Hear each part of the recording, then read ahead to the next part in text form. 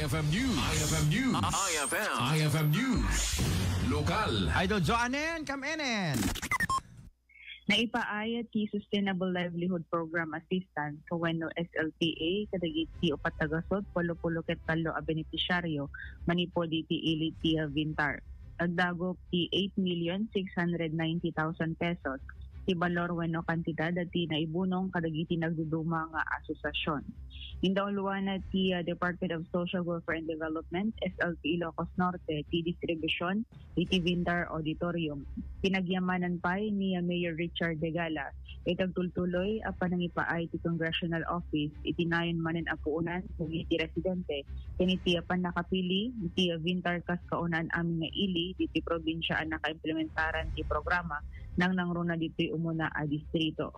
Maragsakan met, dagiti benepisyaryo, iti daytoy na iyawat manin a bendisyon kadakwada, tadakkel apang panggapuanan da, daytoy tapno at adapay a mapagungarda, dagiti nagduduma a negosyo da.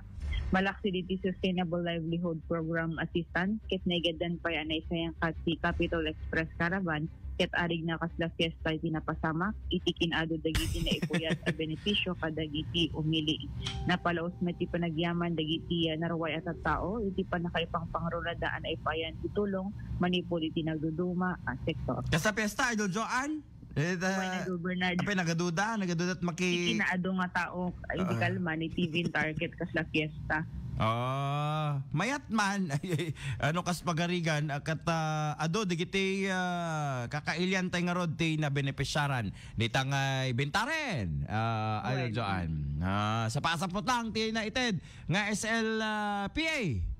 When Idol Bernardo sakbay pa dito distribution ket talagang anarisit nga nalaing ni Kapitan.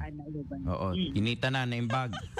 Ngem bati listaan ni Kapitan hanlang nga kabagyan ha. Dapat kat sa pasap. Ayan. Tap na maited. Alright. Go ahead, Idol Joan. Na mag-iti-iliti Vintar. Kaluway 99.5 Basin Dawag. Idol Joan. In the top for